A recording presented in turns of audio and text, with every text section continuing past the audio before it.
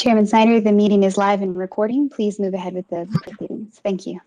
Thank you very much. I call to order the meeting of the Transportation Technology Committee of the Northern Virginia Transportation, March 24, 2021. Welcome and greetings to everyone, and thanks for continuing to give us your time on this important initiative. The first item is a resolution finding need to conduct the meeting electronically. I won't read the resolution. Mackenzie, can you put up the screen? Does anybody have any questions or comments about the resolution? Move approval, Chair Snyder. Thank you, Mayor Ruscio. Is there a second? Second. Motion is made and seconded. Any further discussion? All those in favor signify by saying aye. Aye. Anyone opposed? Anyone abstaining?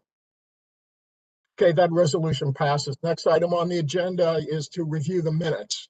Mackenzie or Pete?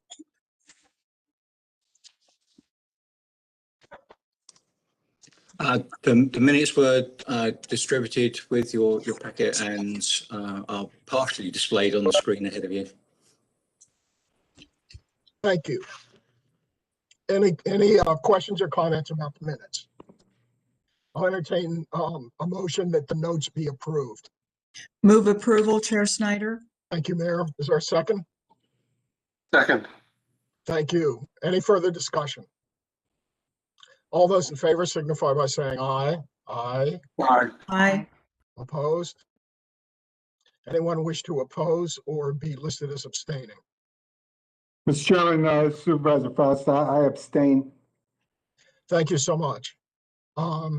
With that, then, the notes have been approved. Now I'll turn it over to staff to take us through the more substantive part of our meeting today. Thank you, Chairman Snyder, and good morning, everyone. Thanks for spending part of your morning with us. We'll keep it as brief as we possibly can. There are no further action items, although we are setting up for you to take action on a recommendation to Mbta based on the Transportation Technology Strategic Plan that we've been discussing with you over a number of months. But that's next month. This month, we wanted to give you a couple of important updates that require just a little bit more input from the committee. We've got a presentation to run through. It's not very long. We've not shared it with you in advance of the meeting. There was no need for you to read anything ahead of the meeting. We wanted to walk you through it. Mackenzie, if we could just start rolling through the slides here. First up, I don't know why we've never really done this before, but wanted to give you a list of abbreviations. We are referring in the course of this presentation to a number of our committees, and we frequently refer to them by their acronym, and I wanted to just make sure that either we don't do that, or if we do, that they're at least spelled out in this presentation. We can come back to them. So there's a couple of statutory committees that are listed here. The Pcac, Planning Coordination Advisory Committee, which is comprised of 14 elected officials representing each of the counties, cities, and the 5 largest towns in Northern Virginia. We have the second statutory committee is the Technical Advisory Committee, or the TAC. Both of these statutory committees have a charge to advise the authority on matters pertaining to long-range transportation planning and our 6-year program. So they're in the loop on this, as are our Planning and Programming Committee, which is what we call a standing committee. It's not required by Virginia Code, but it is really required for us to be effective in our decision making.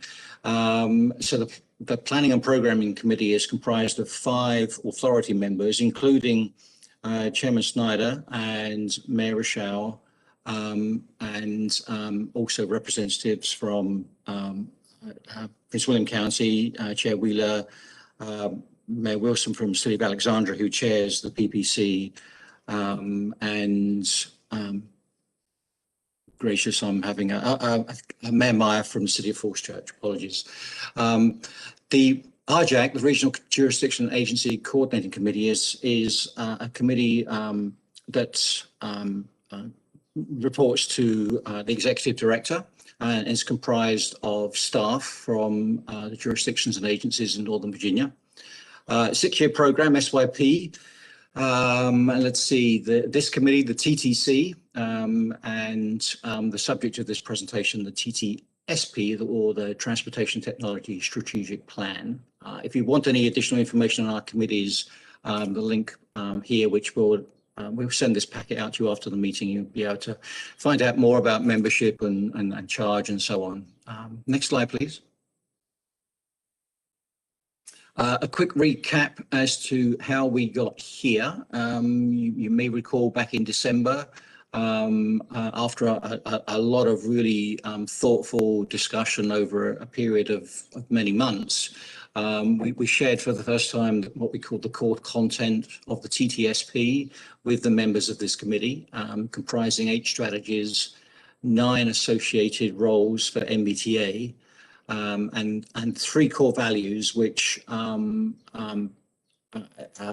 equity, sustainability, and safety, which are intended to kind of wrap the entire process with which we develop not just the Ttsp, but also Transaction, our long-range plan for Northern Virginia as well. So that was back in December, and then in January, you received the first complete version of the draft Ttsp, but without the action plan, which followed later. In February and March, we expanded that review with some of those committees I mentioned earlier, and we also started a conversation with you on the action plan for the Ttsp.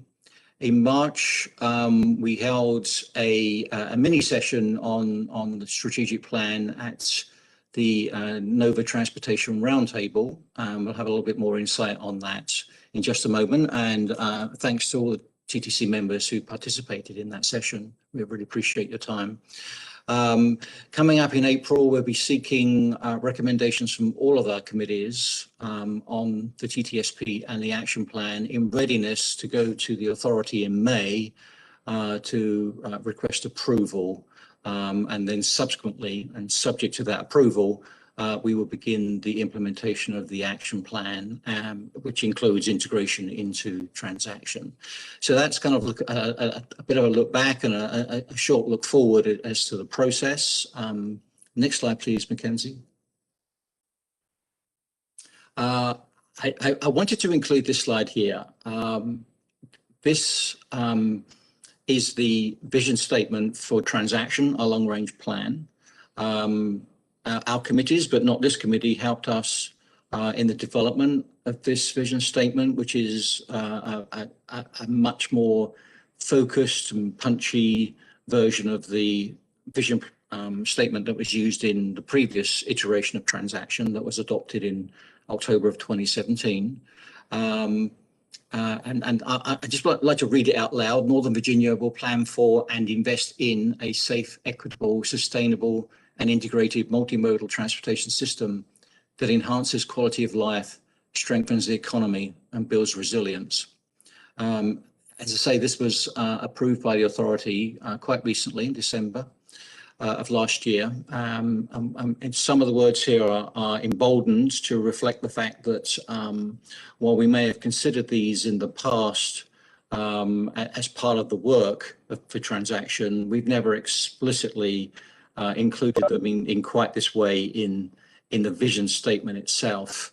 And indeed, I mentioned the 3 core values of safety, equity, and sustainability. They're now enshrined in this vision statement. And we also show resilience as well as something that's new to this vision statement. I include this in part because I drill my staff that everything we do within our transportation planning and programming responsibilities is to accomplish this vision. Our planning and our funding efforts go towards achieving this, and it helps to really have that focus among our staff. we're in the process of repeating it to our committees so that they too can have this in mind, to kind of put a framework around any discussion that we have. This is what we want to accomplish in the long term for Northern Virginia. Next slide, please. Okay, so at this point, I'd like to hand over to Mackenzie. She's going to run through some of the feedback that we've received on versions of the TTSP that you have had the opportunity to review over a longer time period, so that you can get a sense as to how our statutory and standing committees are reacting to this document as they see it pretty much for the first time. But I think Mackenzie's going to kick off with just a recap of what we heard and what we learned from the mini TTSP session at the Roundtable. So with your blessing, Chairman Snyder, I'll hand over to Mackenzie for about a half dozen slides. Of course. I don't know whether you call that a blessing or what you call that, but yes, of course, Mackenzie, go forward. Thank you, Chairman Snyder. Great. I would like to start off by telling you all a little bit more about the 6th Annual Northern Virginia Transportation Roundtable, which was held on Wednesday, March 10th. And as Keith mentioned, we did have a mini session on the Transportation Technology Strategic Plan. This was a great opportunity because over 140 people joined us, be it through WebEx or YouTube Live, including 12 members of the authority. And we wanted to say a special thank you to 8 TTC members who attended, including the TTC chairman, David Snyder. So thank you all for being there. It was a really valuable conversation. The mini session specifically on the Transportation Technology Strategic Plan, or if you'll permit, I'll go with the TTSP. Started off with an introduction from NVTA Executive Director Monica Backman, and then the session was closed out with a few remarks from Councilmember Snyder, emphasizing again the importance to commit to our core values and to proactively plan for innovation. During the session, we also had we used live polling, which was a really exciting and interactive experience. And we invited everyone, regardless of which platform they used to participate, to actively join us in that polling. So we were able to get their live feedback. We asked 5 questions about TTSP related content, including 3 that were multiple choice and 2 that encouraged free form responses. They all provided really valuable insights, and although they're not a scientific type of polling and it's a limited audience, they still gave us really good kind of a pulse check on where the people in the region are. We wanted to go over in particular with you some of the free form responses because that gave us the most direct feedback and touched on some really important topics. The first free form question was, what innovative approaches can the region take to improve transportation equity in Northern Virginia? So you can see that ties back to the core values for the TTSP. We received over 50 unique responses. It was really great to see so many people engaging with us on such important matters. And there were a few, of course, there were a wide array of responses, but there were a few common topics that started to come up, including that we should work towards effective and meaningful engagement by starting off with listening and asking questions of those populations that we want to make sure we're serving in an equitable, well, all populations in an equitable manner, and particularly listening and starting there with any population that has been historically underserved or disadvantaged. We also received feedback about providing more service and access to multiple modes, improving safety through infrastructure, suggestions about reducing fares or providing free trips for various modes, and provision of real-time data to the public in a manner that's reliable.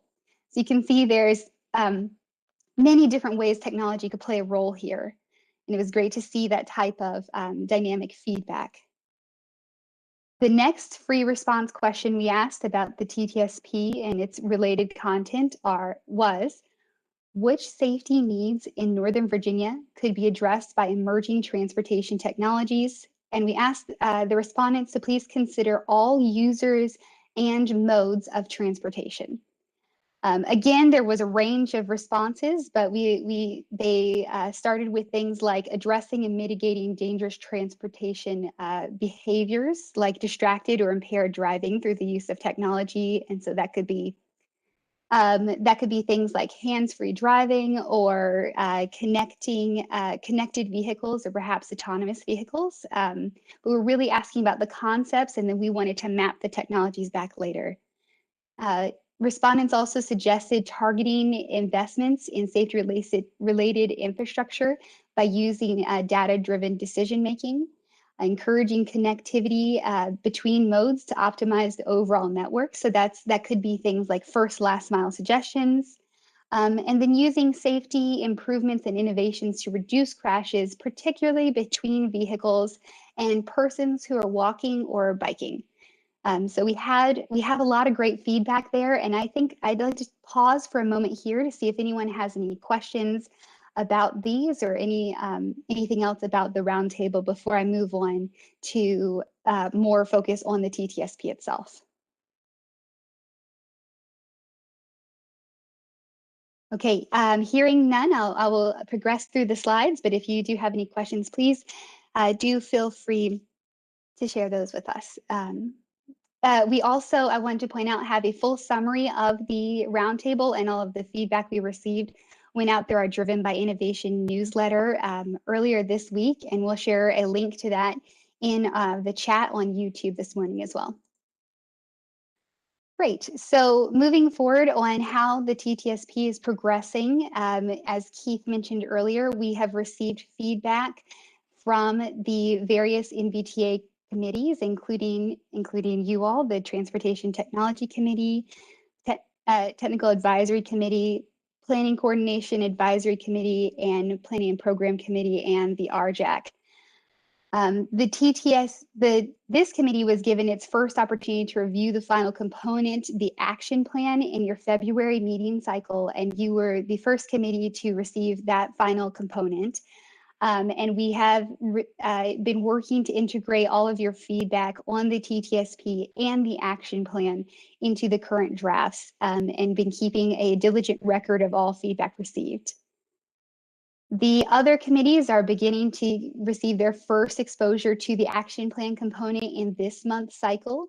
And the first to do so was the TAC or TAC in their March 17th meeting. And the other committees will receive the introduction to the action plan over the next few days, actually. That would be great. So I want to take you through the committee by committee and give you an overview of the type of feedback they have provided to us. And then I'll pause for questions or comments to see if you have any feedback regarding that input. So we'll start with the PCAC, which largely provided their feedback in a verbal format. We had a really great interactive meeting with them in the February cycle. And we're working again to incorporate all of that and keeping a database of every piece of information received and tracking those comments in the TTSP drafts as well. A couple of high notes that they touched on was an affirmation of how we addressed equity in the draft, which is really great because that's a nuanced topic that we need to treat with a lot of respect and is very important. They also asked for an increase of discussion on the costs of technologies, and that could be implementing or perhaps the cost of use as well. So just asking us to build out that discussion a little bit more.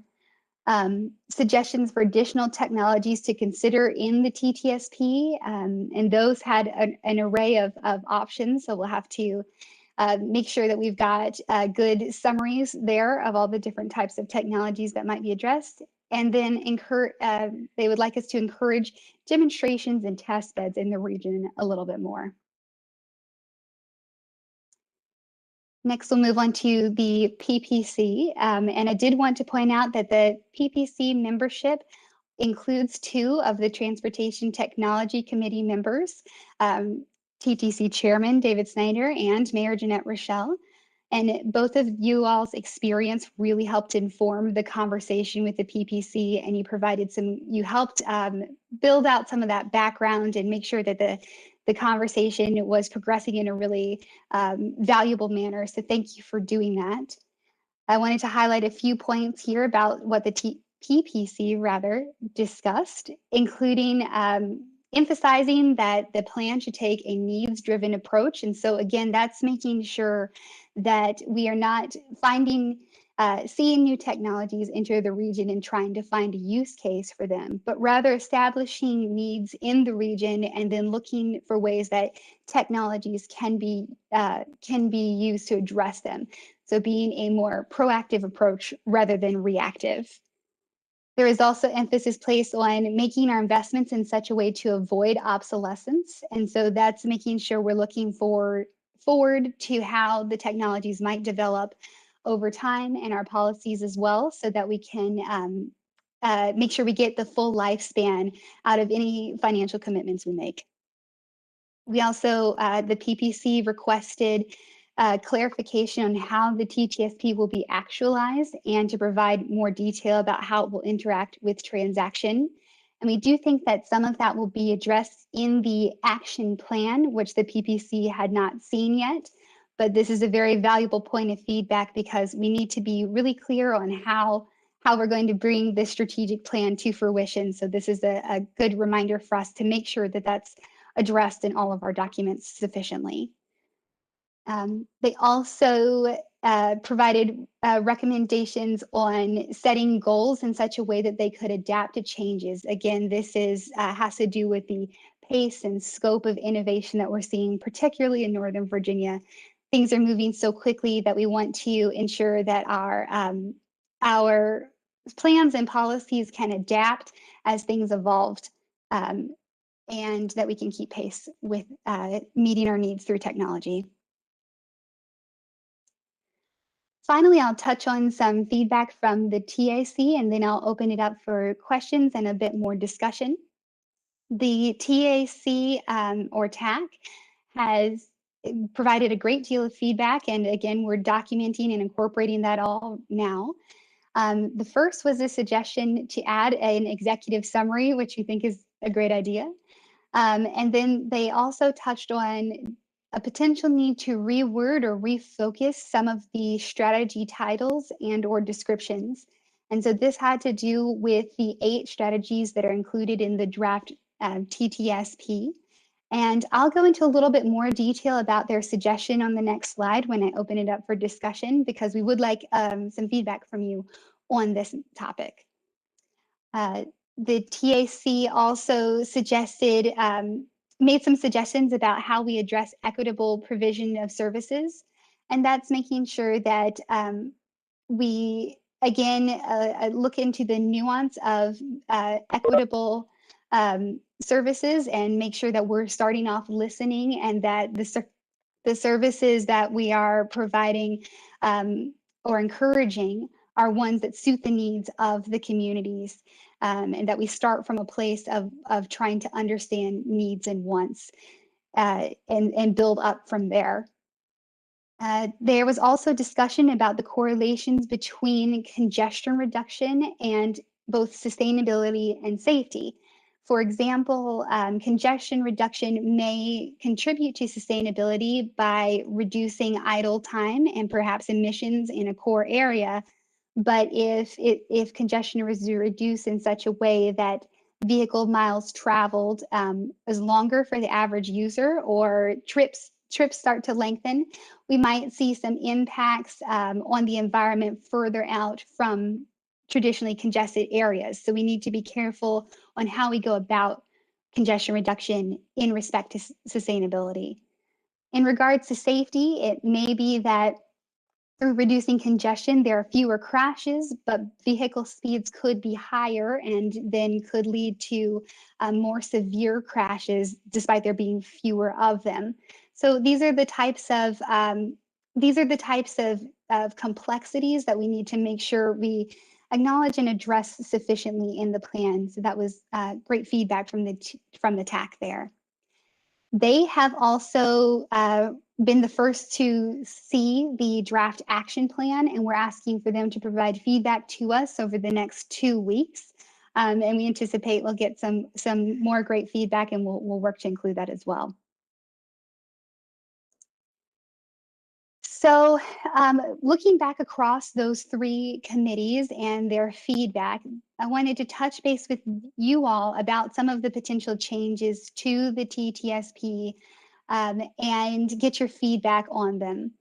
The first thing we wanted to touch about is the potential to reword or refocus some of the strategy titles. Again, those are the 8 strategies in the draft Ttsp and or their descriptions.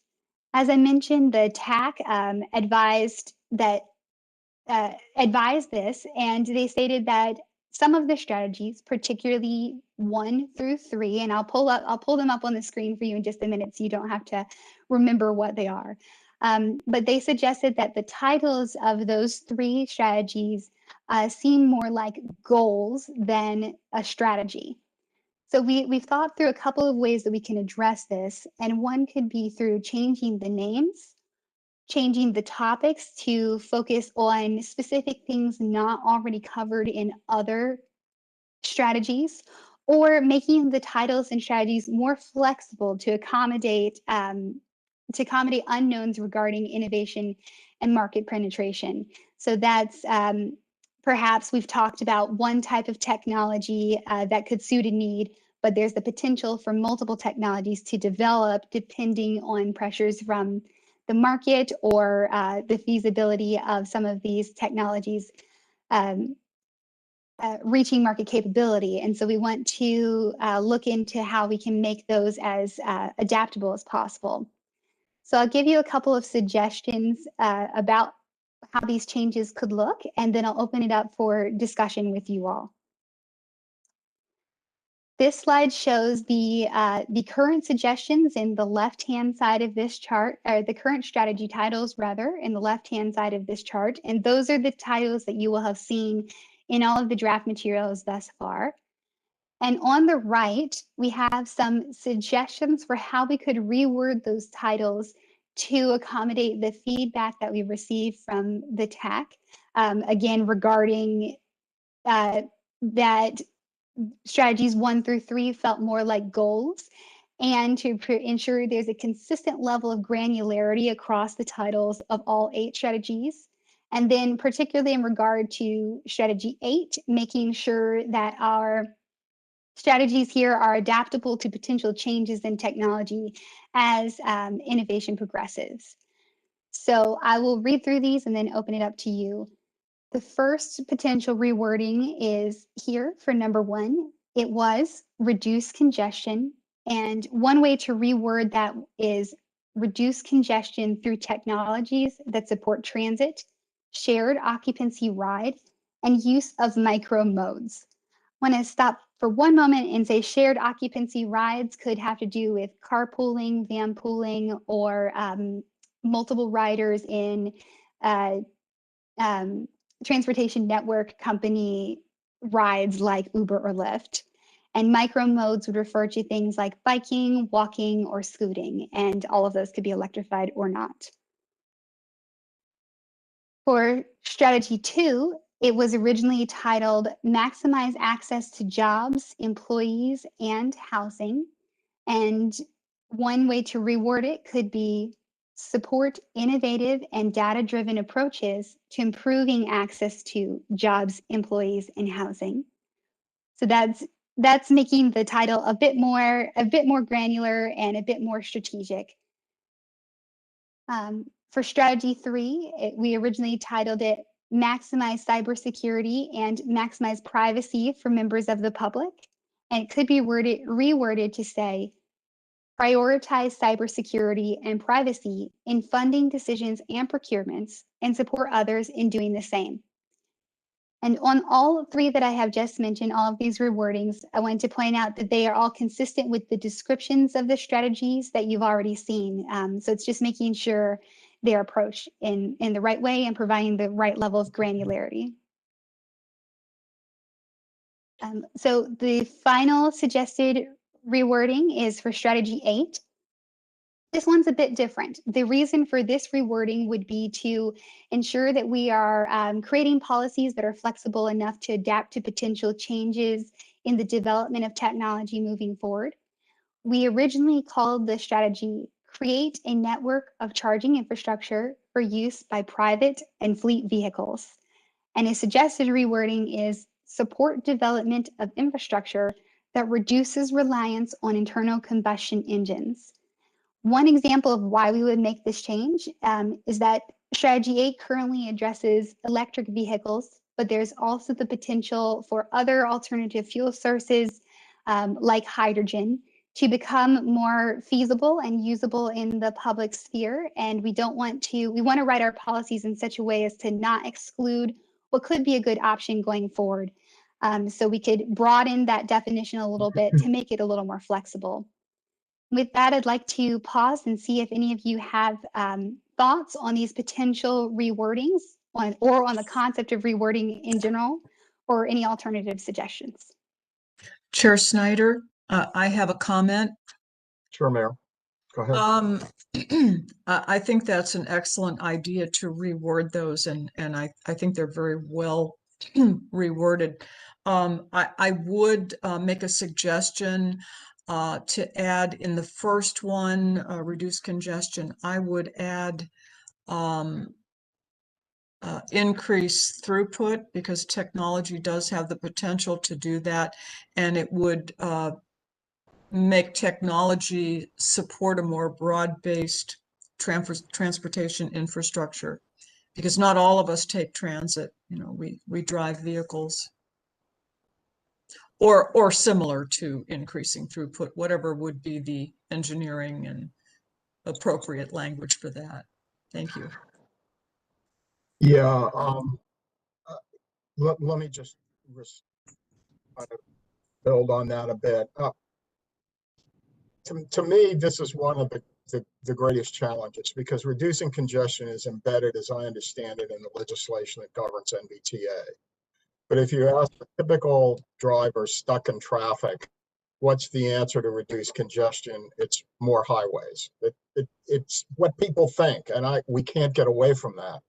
I think what Mayor Ruschel is suggesting is, one thing we might do is apply technology to make better use of the highways we already have. And that would be the vehicle-to-vehicle, infrastructure-to-vehicle. But I think we want to do it, though, linked to other things. For example, if we're simply making internal combustion vehicles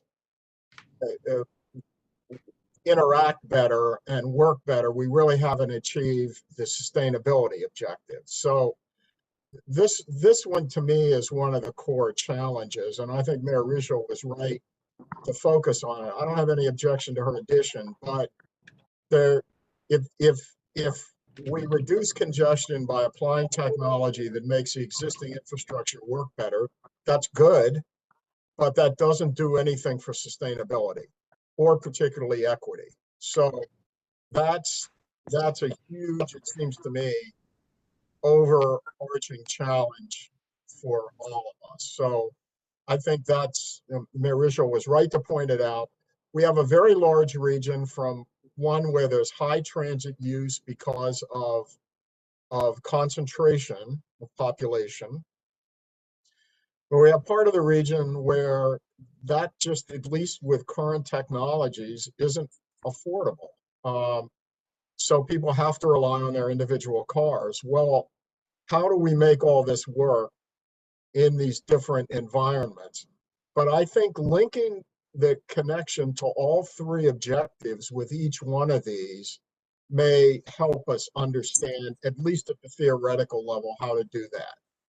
So if we simply reduce congestion by applying technology that makes the current highway system work better, that's good. But at the same time, we ought to be achieving sustainability and equity. So anyway, those are some initial thoughts. Mayor Ruschel, any reaction to what I just said? Yes, and thank you for your comments, and I completely agree about moving us away from the combustion engine. As to the timetable for that, I'm not sure. I see that as a transition, And how fast that transition will occur, I'm not sure that any of us know. We are not going to stop building roads because the demand is there. And my suggestion would apply to existing roads. Absolutely, you're 100% correct about that. Make them more efficient, but also to any new corridors that would be built. And I know that and believe me, I am very sensitive to air quality and issues of that nature. I'm just trying to see the entire forest rather than several trees. But thank you, Chair Snyder. Others, yeah, Dick. Yeah, I don't want to put us back to where we were before. I like things that are simple. And I thought what we had originally is better. I mean, I can think of a lot of other things they had under reducing congestion. I mean, autonomous vehicles and technology will make vehicles safer, which will improve congestion. We can add a lot more things onto it. I didn't have any, I wasn't sure what their concern was. I liked what we had originally. It's simpler. And you can always add more and more things under the text on the right, and it starts to get so complicated you don't know what it is. And I think we need to make sure the text on each of these things goes into more detail on it, which I think it does. So I would argue to go back the way we were before. Okay, thanks. Other comments, please just intervene verbally. Yeah, Mary. Yeah, I don't want to monopolize the floor, but I understand what you're saying, Mr. Mudge, and perhaps I understand what their point was about sounding more like a goal than a strategy. So perhaps just rewording reduce congestion through appropriate use of technology, perhaps that would turn it from a goal into a strategy. What do you think about that? I was never very good at English. So I'm not sure I have a hard time seeing a big difference between goal and strategy, quite frankly, but I'm not the right one to argue on that. Okay. Other questions or comments on this first one? And I think what we'll do is take back comments and try to work through them. Staff, are you okay with that? Yeah. Chairman. Yeah, thank you. I'm kind of new to the dance, so I kind of like the direction that this is headed in terms of focusing more on strategic language as opposed to goals. And these are just thoughts. I don't have a strong feeling one way or another, but one thing that I thought of under number 2, transportation approaches, there are so many different access challenges for, getting people jobs, getting employees, making housing available. I don't know if you just want to somehow add the word transportation approaches or something like that. Support innovative and data-driven transportation approaches to improving access jobs. It's obviously, I think it's obvious that that's what's intended, but it could be stated specifically. And then the other thing is that under number 8, support development of infrastructure that reduces reliance on internal combustion engines.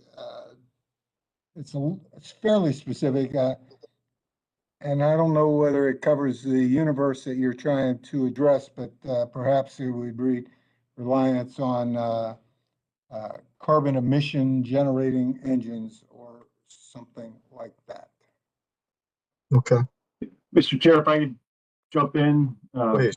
Mr. Kolb. I just I agree with that statement. I also agree with Dick. I think concern is this is a document hopefully that's going to live on, and if we get too specific with the strategy we're talking about, I think we lose that as things evolve and change, that we're kind of locking in on a strategy that's overly specific on what is available or what's out there today. I think broader we can be, the wider, the more this document can be flexible and evolve with changes in technology. So yeah, I agree, particularly that last comment that, I understand the goal and the objective on internal combustion engine, but being that specific, that narrow,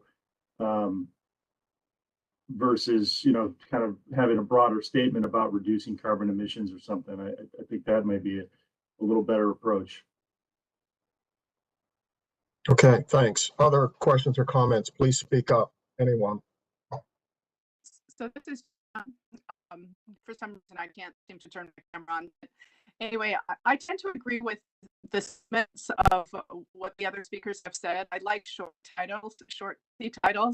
I do see how they may not be written as strategies. So maybe the recommendation that Mayor Mudge had put forward would be a good one. With respect to number 3, I felt like it was limited as well. That I think cybersecurity and privacy, those issues are going to show up in more than just funding decisions and procurements.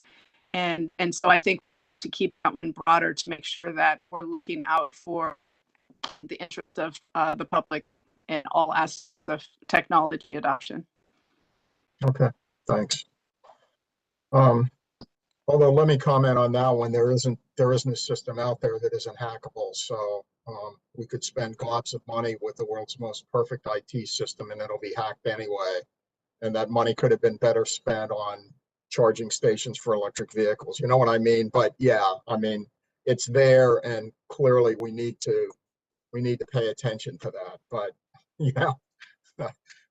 Anyway, lots of folks have spent a lot of money making their systems impenetrable and they're all vulnerable anyway. So, but yeah, I don't disagree with making it a priority.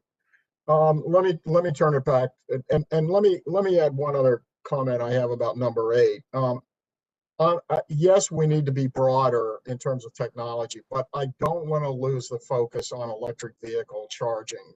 The legislature in Virginia has moved forward on that, and I don't want a more generic approach to interfere with the need to move forward on that particular technology. There may be others that come along, but I'd hate to lose the momentum there. But in any event, let me turn it over to staff. So you've heard what I'm hearing is sort of a little bit in between the two approaches, that there's more comfort with a broader approach in our current strategies, with the exception of 8, where I think there is some interest in broadening it, but not losing, it seems to me, the electric charging infrastructure issue, which is current now. There's going to be money available for it. Let's not lose that, but we need to be a bit more generic there. So my suggestion would be, why don't we caucus on this and then get a version out to this group for comment to see if we've got the right mixture of the specific with the more general. Keith and Mackenzie, is that sufficient for now? Chairman Snyder, yes, I think it's a really good suggestion. We weren't looking for any decisions today. Rather we wanted feedback from you on the feedback that we've received from the Technical Advisory Committee. And obviously, as is always the case when we're reviewing the same thing through multiple committees, we do sometimes get conflicting suggestions, and we just have to work through what we think is the best approach and give reasons why we did that, accepted some suggestions and rejected others. So that this is nothing different. It's nothing different about this. So, but I think a suggestion to caucus, we'll come up with something that you can have a bit more kind of consideration time over, and we can probably handle that by email over the next couple of days, probably. Okay, and give folks a few days or a week to react, and then, but yeah, I don't think we should. I'd like to get this discussion and a generally satisfactory approach now, sooner rather than we present this to the whole group again and we end up discussing the same issues. I'd like to Yes. move Yeah. through that, get that Yes. done. Okay, good. Yeah, agree. Thank you. Okay, anybody have any further comments on this? And what you'll see is a revised draft of those 4 strategies, and will probably be, it'll reflect the conversation, and it'll probably be somewhere in the middle between what we have now and some of the specificity we suggested before. Yeah, Mayor Ishel? I just wanted to comment, share my thoughts. I think it's important to retain the phrase somehow reduce congestion. I think that makes it as broad as possible. If it could be combined with reduced congestion and greenhouse gas emissions or whatever. But I think technology has to work for every phase of transportation we have, not just a narrow slice of the transportation infrastructure. So that's why reducing congestion to me is a broader term that should be left in regardless of what else is added. Thank you, Mr. Chair. Sure. Thanks. Okay, thanks for that. Any other discussion? Okay, not hearing any. I'm sorry. Yes. Greg, go ahead. Thank you, Chairman. I do have a recommendation around strategy number 4.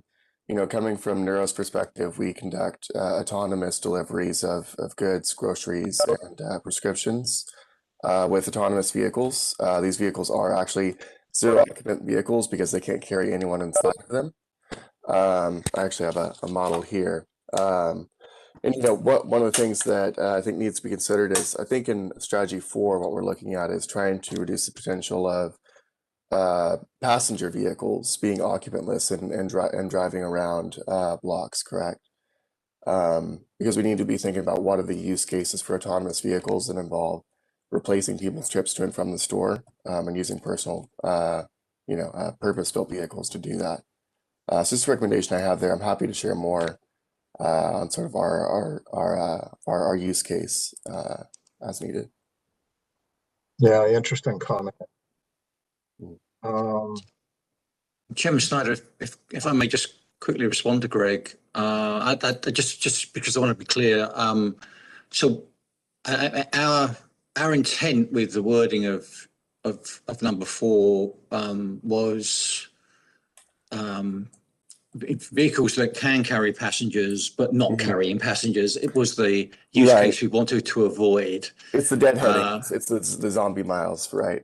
Either deadheading or just circulating to avoid parking. That sort of scenario. I don't think we ever had as an intent for this use case anything related to freight or deliveries. So I hope that's helpful clarification. Yeah, and I understand that, having been in these discussions, I understand that the intent was around passenger vehicles, but just wanted to bring this up in case there's an opportunity to sort of clarify the language around that to avoid any confusion in the future. We can certainly look at that wording. I would suggest we look at the wording of all 8 of these. And so we'll address that as part of that review, and we'll share that via email in the next couple of days to committee members. Okay, thanks for that. Other questions or comments about anything on that slide?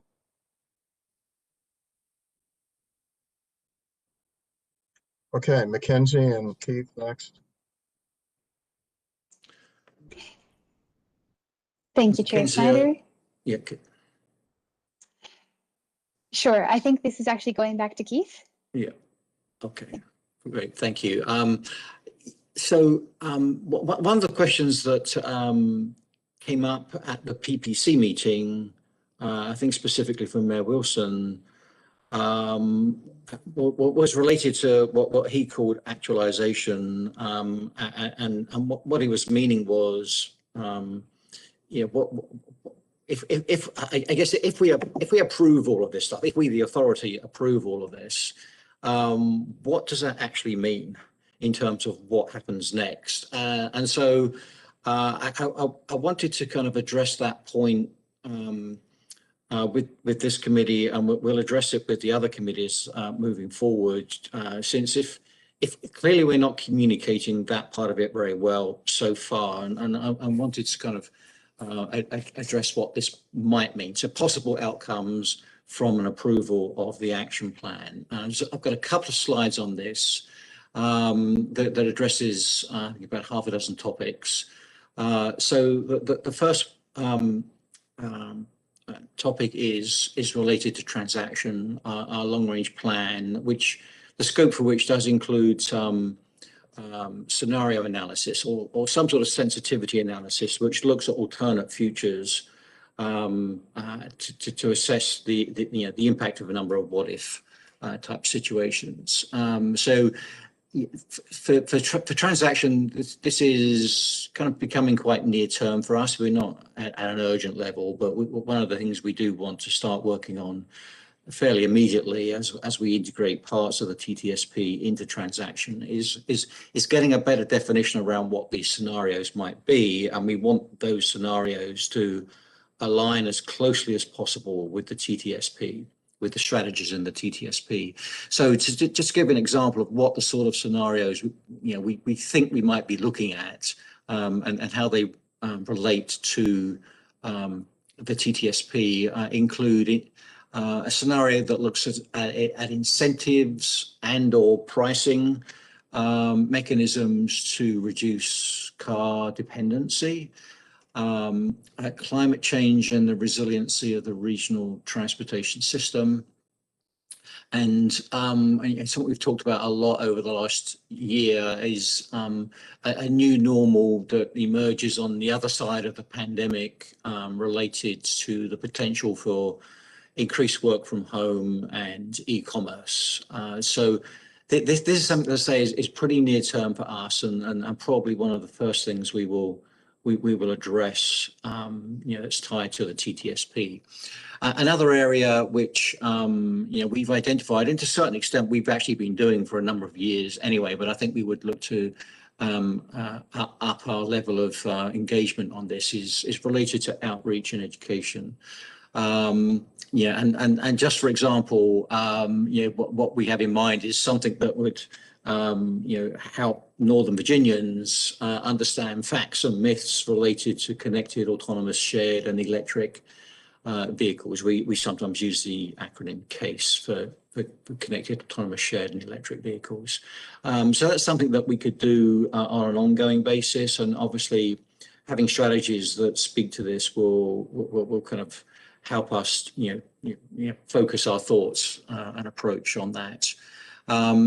Something that's probably a bit more between short and medium term, but certainly is something that can happen this year, and if not this year, then certainly next year, relates to NVTA's annual legislative program. Obviously, the General Assembly session has recently ended, and the legislative program tends to be initiated over the summer, late summer, early fall. So timing is excellent here if this is a path the authority chooses to go down, and the sorts of things that could potentially be added to the legislative program would be, if the authority wants to do this, obviously supports EV infrastructure, support for zero emission vehicles or near zero emission vehicles, concern regarding zero occupant vehicles, and again to emphasize that's vehicles designed for passengers that don't carry passengers. So that's some of the things we could do in the near term. And then Mackenzie on the next slide, some other things that are potentially slightly further down the road, but not distant down the road. So the first of these would be to identify potential refinements to our 6-year program SYP project selection process. Now this wouldn't happen until after transaction, the current transaction update is complete and adopted by the authority, for which we're targeting November of 2022. So it would be this would apply to the first funding program after that. But we could, for instance, consider placing some sort of contingencies on the allocation of NVTA regional revenues. For example, his support, his funding and funding allocation for a project. But please, certify that your jurisdiction has policies that are supportive and consistent with the Ttsp, for example. I don't have any examples for that because we've not really given it that amount of detailed thought, but that's one possibility. We could also look at standardization, so that if we're looking at funding projects related to, say, transit signal priority communications, that we looked to leverage our funding power to encourage member jurisdictions who are considering transit signal priority to use technologies that will enable vehicles to be equipped with one technology and to work in multiple jurisdictions, because obviously buses do cross jurisdictional boundaries, and it doesn't make sense to have different technologies that are geographically constrained, particularly at a very local level. So that's something else that we could consider as part of our project selection process. More specifically on the question of funding, the transaction plan and the project list that is associated with the transaction plan, and the current one was adopted in October of 2017. And as I just mentioned, we're looking at the current update to be adopted by November of 2022. That project list is always the first filter for projects that could be funded using NVTA's regional revenues. I'd like to say that being in transaction is not a guarantee of funding, but not being in transaction is a guarantee that it cannot be funded, a project cannot be funded using NVTA's regional revenues. So, we've been working with jurisdiction and agency staff over quite a number of months now to begin looking at a refresh of the transaction project list. Remember that transaction is a fiscally unconstrained and to some extent geographically unconstrained plan. So we don't require projects to be in anyone's comprehensive plan or in a transit system plan, although often the projects that are in our transaction project list do come from those sources. But we certainly retain the flexibility to include projects in the transaction project list that do not exist in such plans, providing that all such projects in some way clearly support the vision statement that I mentioned earlier in this presentation. So there's obviously quite a bit of leverage the authority has through funding. And then the final kind of area of possible outcomes I wanted to illustrate is in the development of white papers identifying potential topics for future regional transportation policy. Obviously, with the membership of the authority, including the chairs and mayors of all of our 9-member jurisdictions, if you all agree, or if they all agree on something, not only does it apply at the regional scale, it would clearly imply that each of the member jurisdictions is willing to follow such guidance within their own local jurisdiction. So, but at this stage, we're not proposing specific policies. What we're proposing is to develop white papers that will identify the potential topics for future such policies and areas that, just for example, might include shared mobility devices, so shared bike, shared scooters, autonomous transit shuttles and their ability to address recognized first mile, last mile challenges and opportunities that would complete a trip without using a single occupant vehicle mode, but without adding a lot of operating cost on the transit side. So that's another area what we could look at. And again, coming back to the zero occupant vehicles, which by now you're probably guessing is one of the things that keeps me awake at night, is the thought of those zombie vehicles, as Greg referred to them, driving around Northern Virginia, just looking to avoid parking or deadheading to another pickup. So that, something that relates to zero occupant vehicles, I think it's a situation which doesn't exist today. It's a situation that could exist within a decade or less. And I think there's a window of opportunity to address it before it actually becomes a problem. These are things that,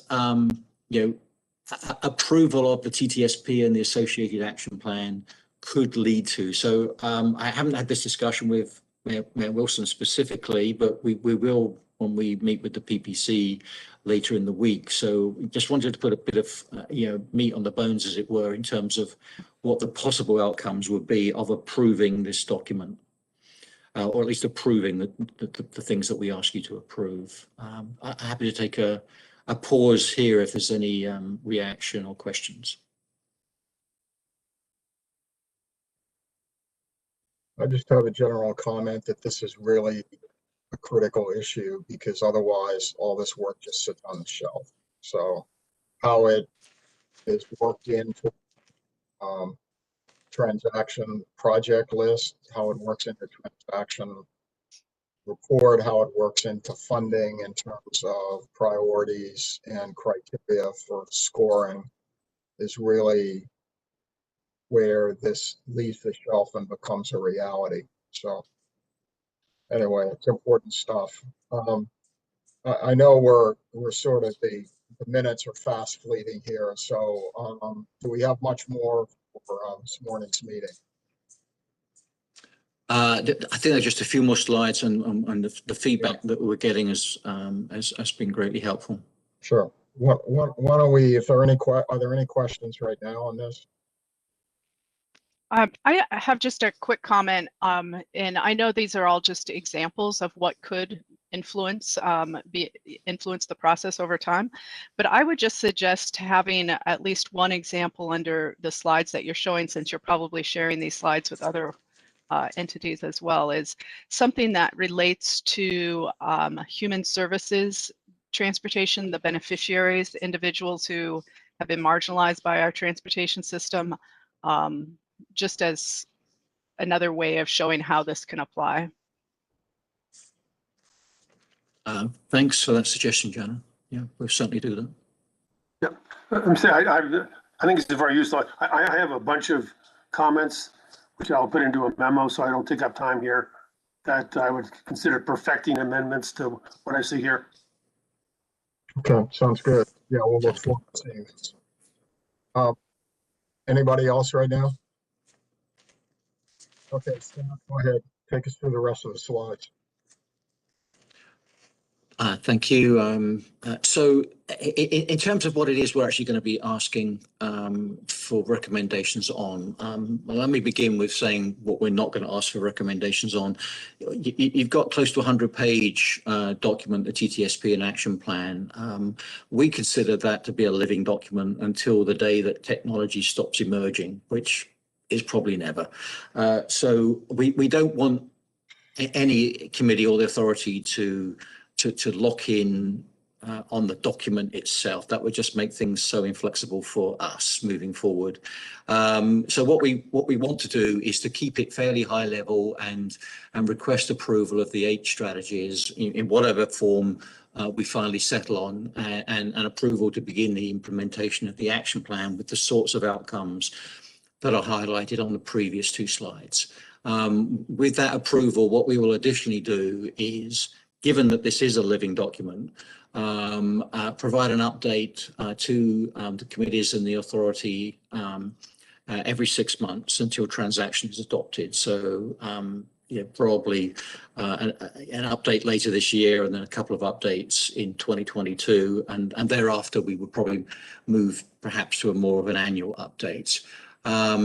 What we also have not done and will address is public engagement. This process has been really working with experts like yourselves. We figured it was maybe just a bit too conceptual and hard to relate to take to public engagement in an early form.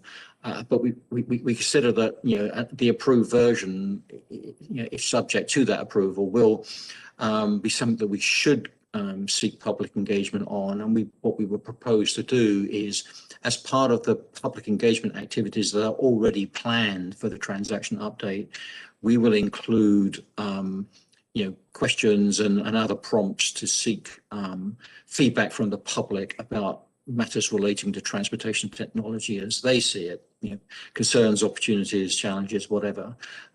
So that's something that we kind of consider goes part and parcel with the approval of the strategies and the action plan. Next slide, please, Mackenzie. I think I've really touched on the monitoring and update cycle here. And so I don't know that I really want to spend any more time on this. We can come back to it if there are any questions. What I would say is that I want to just without embarrassing her, call out Kathy Mckee in her role for VDOT and the Secretary's office. We've had quite a number of discussions with Kathy, who together with Monica are the co-sponsors of the RM3P Regional Multimodal Mobility Program, which the Commonwealth is generously funding. We want to be sure that nothing that we propose contradicts anything that the Commonwealth is doing. Wherever we can, we want to seek to be moving in the same direction. But certainly if there are areas where we're not, we want to understand why there are differences and avoid conflicts. And Kathy has been a great sounding board for us in that regard. So sorry to put you on the spot there, Kathy, but I think it's really important that the committee knows that we're trying to move this forward, not in isolation or independent of the Commonwealth, but kind of as close as we can in lockstep with you. Yeah, no, I absolutely, Keith. I we've had conversations. In my review of the document, I tried to watch out for that in particular, and I think you've done a great job with this, and I believe we are definitely both marching in the same direction. As multiple folks have said already this morning, the electric vehicle piece is certainly gaining in momentum and importance, and that's a great thing. So I appreciate the fact that we're both dedicating energy to that. The discussion of goal versus strategy, we all struggle with that one. But I do think it's important that, we don't just say, we want to reduce congestion, but we have some very tangible steps to be taken to do that, or at least a general approach. And so I think, the discussions this morning have really helped refine that. Cybersecurity, obviously something we all struggle with. And the discussion around that will continue. So the fact that you recognize and acknowledge this has to be a living document, I think is really important, and we can continue to work together to make sure that the efforts we're taking on at the state level really merge well with what you've got in your plan here. RM3P is a great first step, important collaboration, and I think we can continue to build on that as we go forward. Great. Thanks for your partnership, Kathy. Next slide, please, Mackenzie. Next steps. Well, the immediate next steps are this evening. We're meeting with the Planning Coordination Advisory Committee, and tomorrow evening with the Planning and Programming Committee, and both meetings will be discussing or introducing and discussing the action plan. And then we are looking, and this is quite a tight schedule here, but I kind of feel that while we're getting great feedback, we're not getting feedback that makes me feel as though we're in completely the wrong place. So I'm comfortable we can accomplish this, but we do need to keep moving at fairly high speed. But so by early April, end of March, if we can, we'll share the final draft of the document and probably some language that we'll be presenting to the authority in May to kind of get your final buy-off on this approach. So that's kind of like the big picture. So we want you to watch out for something, at the end of this month or very early next month. And I think that may be the last slide, Mackenzie. Yep, it is. So with those two words, thank you. I'll hand back to Chairman Snyder.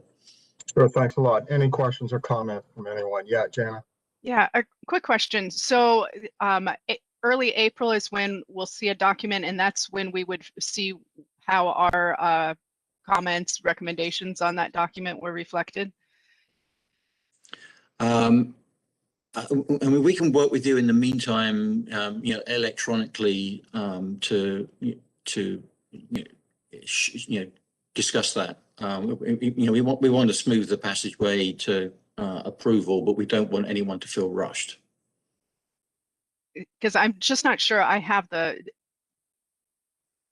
since we reviewed the document, have we seen another iteration of the document? No, it's not something we've shared. We wanted to capture as much feedback before we released another version, just to save you reviewing the document multiple times, looking for small differences. Mackenzie's been doing a great job of logging the comments and how we've addressed the comments, but we just didn't want to burden you with repeatedly sending you a 100-page draft. Okay, sure. Thank you. And then the discussion today, Keith and Mackenzie, I guess we're going to try to have sort of a mini way to try to address these issues before you see the next draft. Is that what I heard we talked about earlier, or are we now going to collapse the issues we talked about today into the next draft? We'll certainly give some more thought to the wording of the strategies and email out to you what we recommend, based on all the feedback we've received, as being, the best kind of compromise, I guess is the word. But